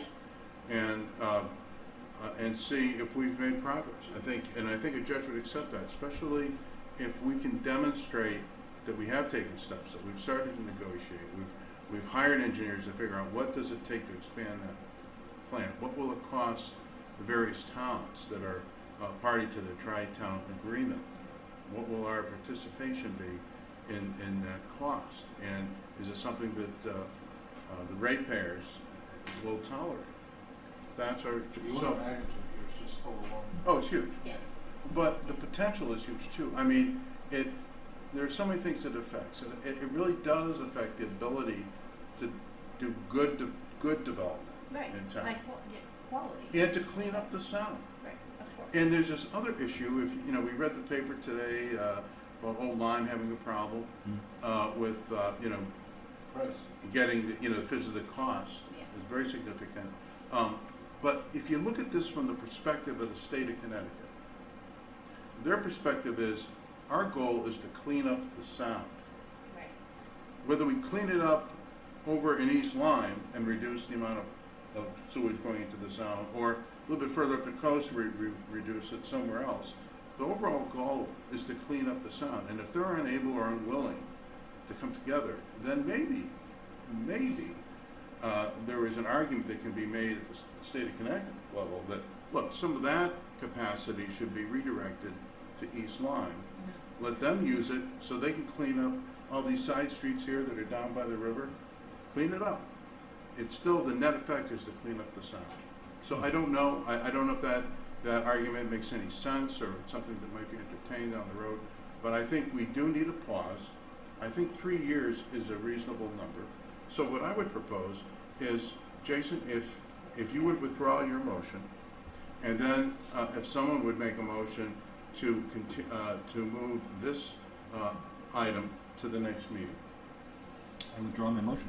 Okay, do I hear a motion to continue the adopting of the ordinance new sewer connection moratorium to our next scheduled Board of Selectmen meeting? Do you want me to try and cobble this together or somebody else can do it? Yeah, you can do it. Okay. Just move the motion. All right, I move that the Board of Selectmen consider the ordinance entitled Ordinance Establishing Moratorium on New Sewer Connection Over Certain Limits and on Applications for Allocations of Wastewater Treatment Capacity at our next meeting on September 3rd. I second. You have a second. Any further discussion? All in favor signify by saying aye. Aye. Motion carries. Then we will address this motion at our next meeting, and I will advise Attorney Bleasdale as to your suggestions, and I think we're all pretty much in I think agreement. this is all on the up and up. I think we got it. We're trying to do it right. That's what we're trying to do. That's Well, the job. that's the thing. We want to do it right. That's it, and that's what we're trying to do. All Very right. good. I appreciate everybody's comments and their concern, and it's very important. Okay, we're going to, I'm going to table the discussion and possible action to amend the building fees ordinance. There's some confusion as to what it should be. So let's just get that one right, and we'll table that to the next meeting as well. But we can schedule we can schedule a public hearing, amend the building fees ordinance. So do I hear a motion to schedule the public hearing? There's probably not a public hearing No. notice in there. There's no public hearing notice. And maybe it's better this way because I don't We'll know just if I wanna table it to- schedule something yeah, that I no. know what it is. So let's just, It was missing a lot. Yeah. all right, so we will, we'll table that to the, BNC? yeah, we'll move that over to September 3rd. Okay, very good. All right, appointments to boards and commissions. Harbor Management Shellfish Commission. I move to appoint Susan Gonzalez, 44 Heritage Road, East Lyme, as a member of the East Lyme Harbor Management Shellfish Commission with a term to expire January 3rd, 2028. Okay. All right, we have a second. She's interested in, Whose place did she take it, Jason? What's that? Whose place did she take it? Rick? Now there's an open spot. I don't know who Yeah, set that. member was, I think it's Rick. Alan? Yeah. Tim Allen? No. Hang on a sec. Okay. I can find There's it. an opening, that's fine. There's an opening, yeah. Let me get back to you on that, Dan. I'm sorry. All right. she has great credentials. She was a local fish and invertebrate communities. She was a biologist at Millstone Power Station, so sounds like a good person to have on the board. We have a first. Do we have a second? I second. Okay. Any further discussion? All in favor signify by saying aye. Aye. Any opposed? All right. Thank you, Susan, and welcome to the Shellfish Commission. She'll have to come in and sign. I don't know how to do this. Then someone else made it. That's all. Okay. Got Candace here. That's what's my wife.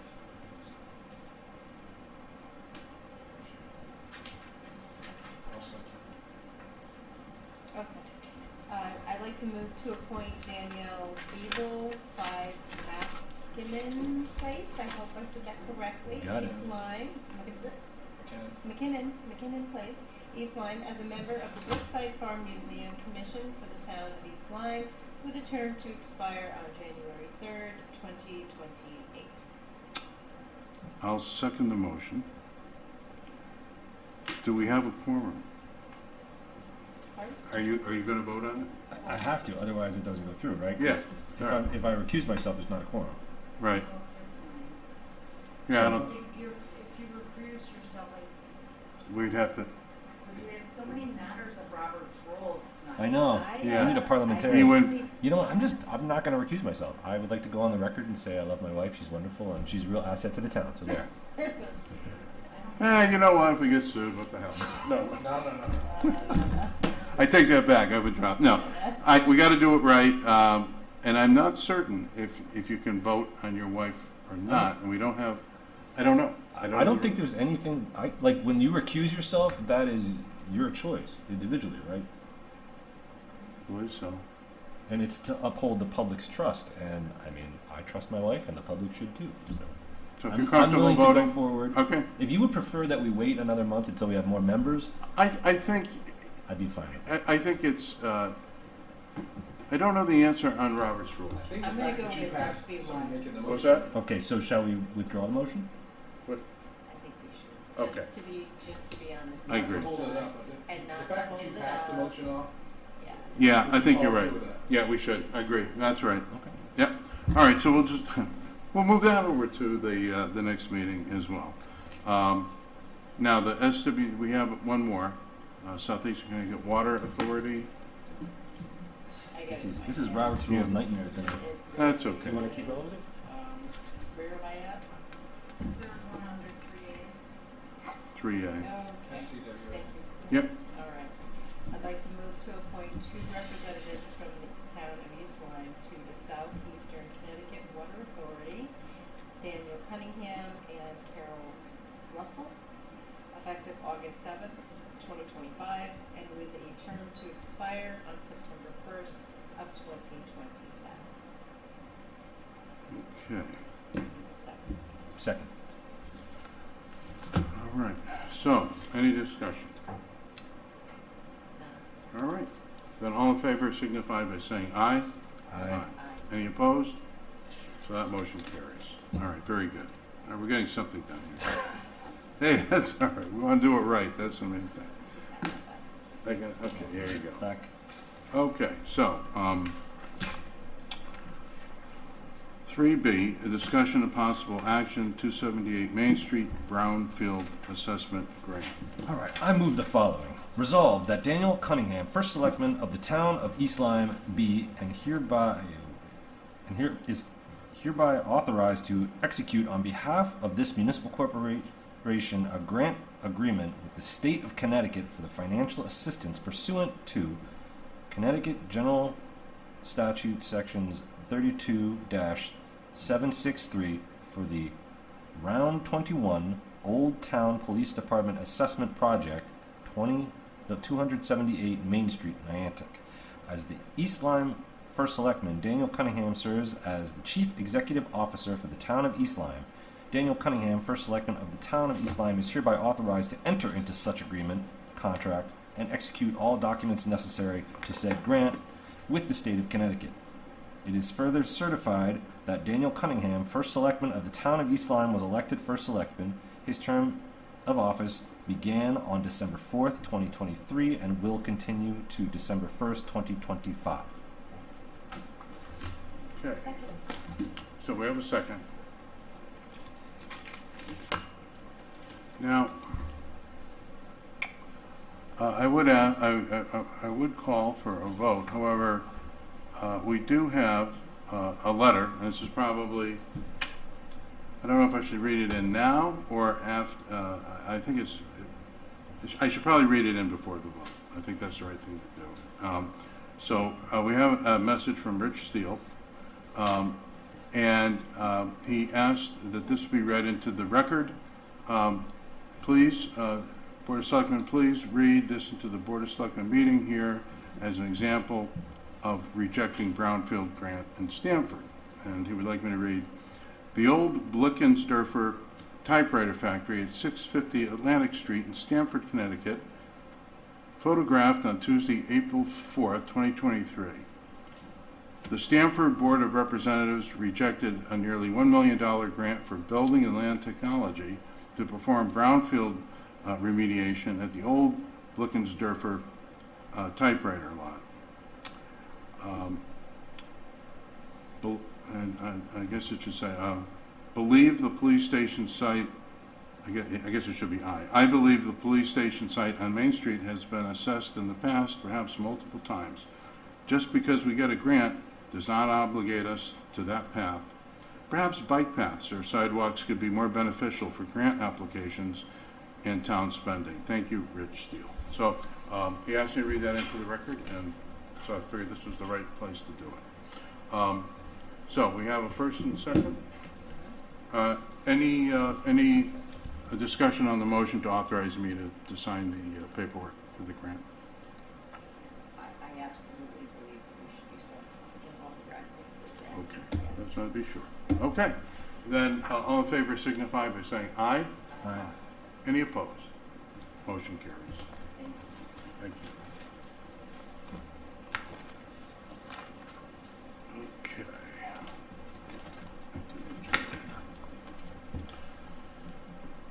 Okay, any ex officio reports this evening?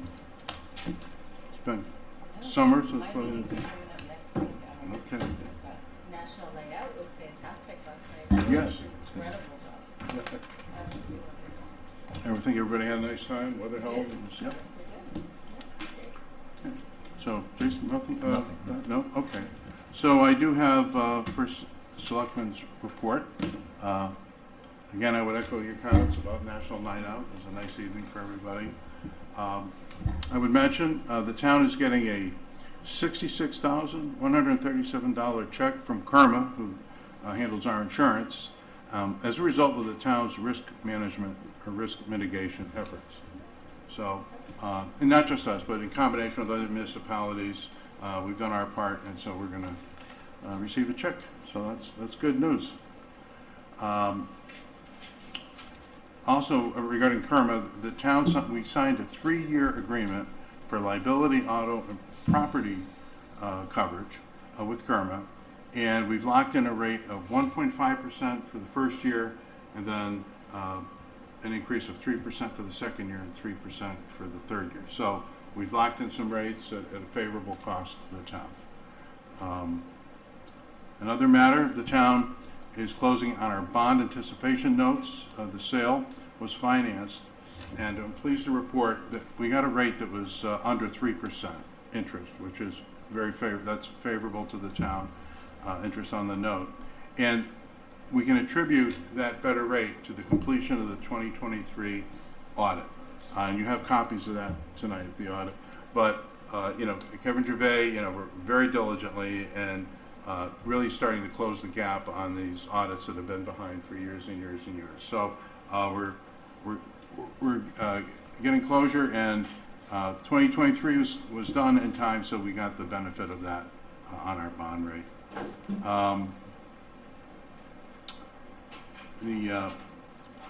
The finance in conjunction with the East Lyme Fire Service, I think I may have mentioned this before, we've submitted a request for the SAFER grant that would provide funding for 3 full-time firefighters, which would add 1 firefighter to each shift. And we're still waiting to see if what the results are from that.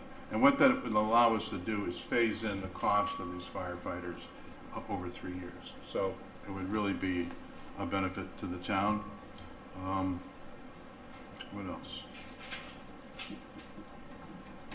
And you have the audits. These will be presented to the Board of Finance at 5:30 next week at their meeting. And if anyone has questions, you can direct them to me or to Kevin Gervais, and we'll try to answer your questions after you have a chance to review the audit materials. What else? I don't know if it made the paper or not, but I want to praise the East Lyme Fire Service. We did dodge a bullet this week. Around 10:30 yesterday morning, fire alarm came in from the Nyack Theater, and there was wiring up in the ceiling, and it started a small fire. The alarm system went off and alerted the fire service they were there, and they were able to extinguish it very quickly with minimal damage and disruption to the facility. So, wow. Yeah, so they really did the job. So I wanted to mention that. And that's it for my report this evening. I don't believe there'll be any public comment, so there'll be no response. So we can move into executive session. Do I hear a motion? I move to enter into executive session for the purpose of discussing real estate matters. All right, so do I hear a second? Okay, let the record reflect that we're going to an executive session at 9:04, and we can retire to our office if you'd like to make it easier.